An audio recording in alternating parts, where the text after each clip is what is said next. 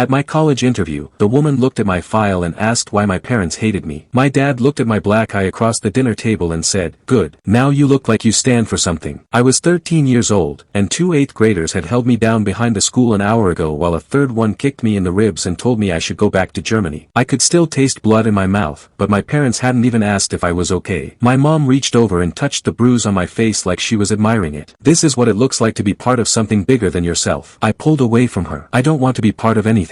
I just want to go to school without getting beaten up because of my name." My dad slammed his hand on the table. "Adolf was a powerful name for 1,000 years before one man ruined it. And you are going to help take it back whether you like it or not." I scoffed. "Why do I have to be the one to help take it back? I never agreed to this." He looked me dead in the eyes. "Nobody asks to be born into greatness." A mom showed up at my school the next month and pointed at me from across the parking lot while grabbing her son's arm. "That's the one I told you about. Don't you dare go near him." The principal called my parents in, and I sat on a bench outside her office and listened to them scream through the walls for almost an hour. My dad's voice was the loudest. "My son is not a monster. He's a hero." The other mom yelled back that her taxes shouldn't have to pay to educate a kid whose parents worshipped a dictator. My dad screamed that she was exactly the kind of coward who let one man ruin a name forever and that people like her were the reason the world was so weak. The door flew open, and my dad grabbed my arm and yanked me toward the car without even looking at me. "My mom said we were going to find a school that wasn't full of cowards." "I don't want to change schools," I said. "Can't we just change my name?" She spun around so fast I thought she was going to hit me. "If you ever say something like that again, I will never forgive you." We did not give up everything to raise a quitter. I asked her what exactly she had given up, and she told me I had no idea how hard it was to be judged for doing the right thing. The new school found out why I had to transfer pretty quickly. I got 93 messages on social media by the end of the second period, and over half of them were death threats. My guidance counselor pulled me out of class and asked me what I wanted to do after graduation. I told her I wanted to change my name and move somewhere where nobody knew what my old name was. She leaned forward. "Then you need to make that happen yourself because your parents clearly aren't going to help you." I applied to 12 colleges, and 11 of them sent me letters asking me to explain my name because a computer had flagged it as a problem. The 12th one asked me to come in for an interview. I drove 4 hours by myself because my parents refused to take me anywhere that required me to explain my name, and I knew this could be my only shot. The woman behind the desk didn't smile when I walked in. "Sit down." I sat. She opened my file and stared at it for a long time. "I'm going to ask you something, and I need you to be honest with me." I told her I would be. "Are your parents white supremacists or something?" I laughed out loud because the real answer was so much sadder than anything she was expecting. "No." She didn't blink. "Then why did they name you that? Do they hate you?" I took a breath. "They're just idiots who wanted to win arguments at dinner parties more than they wanted their kid to survive high school." She closed my file. She looked at me for a long time, and then she said something I had never heard anyone say out loud in my entire life. "I'm sorry you had to be their statement. I think you'll do great here."